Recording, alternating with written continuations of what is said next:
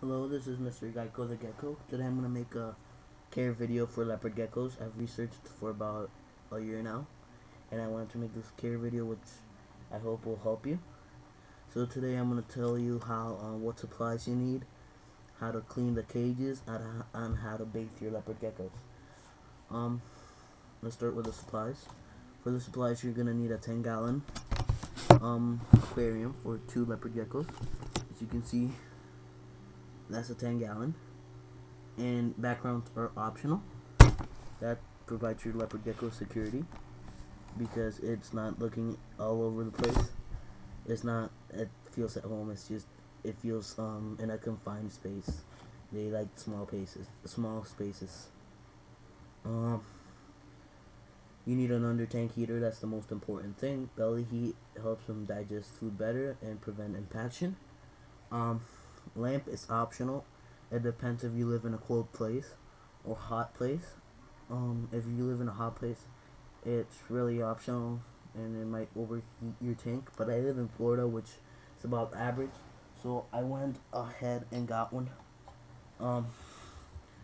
Just a 5.5 with a regular bulb. My Sumed bulb broke about 3 days ago, so I've just been using this energy saver bulb. It's UV. Not UV, it's just a 90 watts, so it provides about 10 degrees of heat. So yeah.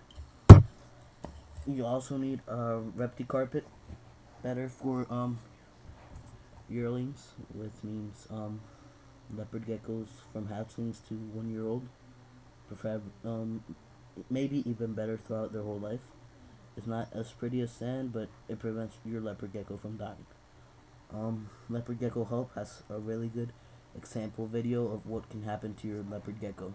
So go check them out. Leopard Gecko Help. It says the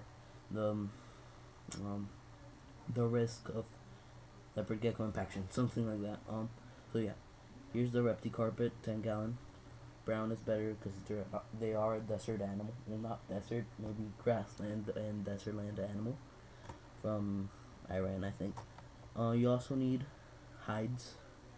Leopard geckos love hides. They pretty much stay hidden all day and most of the night, unless they're hunting. This is his pooping hide.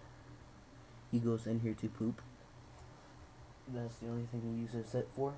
You also need a humid hide, which is really important. If you don't want those plastic container things, you can just take a coconut shell from your local pet store, which is about $4, and put it under a plastic container cap, and people won't notice. And there's my leopard gecko. He's in there most of the time. And here's his sleeping. This is where you need at least 3 hides for 2 leopard geckos. It just fell apart because it was washing, and these are Legos. These are things you can do to save money. And I have a ton of Legos from when I was little, so I just used that. It fell apart because it was wet because I was washing it. So yeah, you need at least 3 hides for 2 leopard geckos. You also need food and water dishes and a calcium dish. So here's the calcium dish. It's just a Gatorade cap. Here's this water bowl. It's just the ones you get at the store for about $3. And here's his food bowl, which is big, so the worms have room to roam and feel no need to go outside. And I've found that to be true because they haven't been getting out of the thing except for one in 1 month, so that's actually really good for 1 month. You also need food, which is mealworms and waxworms. I recommend those better than crickets. Crickets are really messy and can get your room full of little baby crickets, and it's just not really cool. Have at least 2 different kinds of worms. I have mealworms, not super worms, waxworms, and some other type of worms. I think they're locusts, but they're smaller locusts. You also need gauges, which means temperature gauges, like this. This is a hydrometer. You only need 1 of these, and 2 temperature gauges, but They're up on my 10-gallon, and I don't want to take them off because then they won't go back on. So yeah, I just keep this on the floor by the humid hide. That's your best bet because you actually want to know how humid it's in there. You also need dusting containers. This is just my leftovers from all the food I bought. I just dust my mealworms in here, and my waxworms in here. So yeah, those are the dusting containers.